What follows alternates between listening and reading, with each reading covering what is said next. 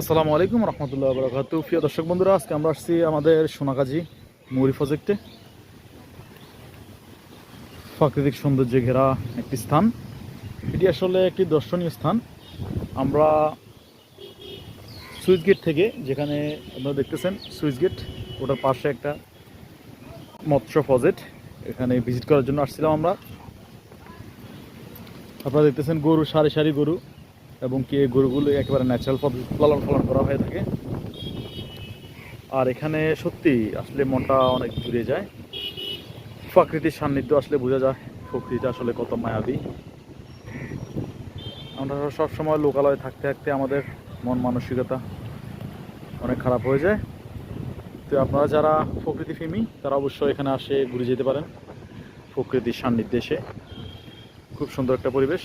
তবে বিশেষ করে শুক্রবারে আসলে এখানে লোকালয় বেশি থাকে।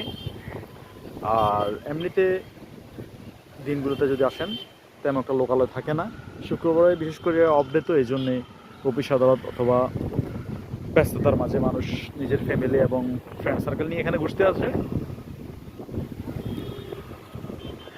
আর আমরা মাছের আরেকটা ঘেরে যাব, যেখানে রেনু পোনা উৎপাদন করা হয়, ওখানে যাব।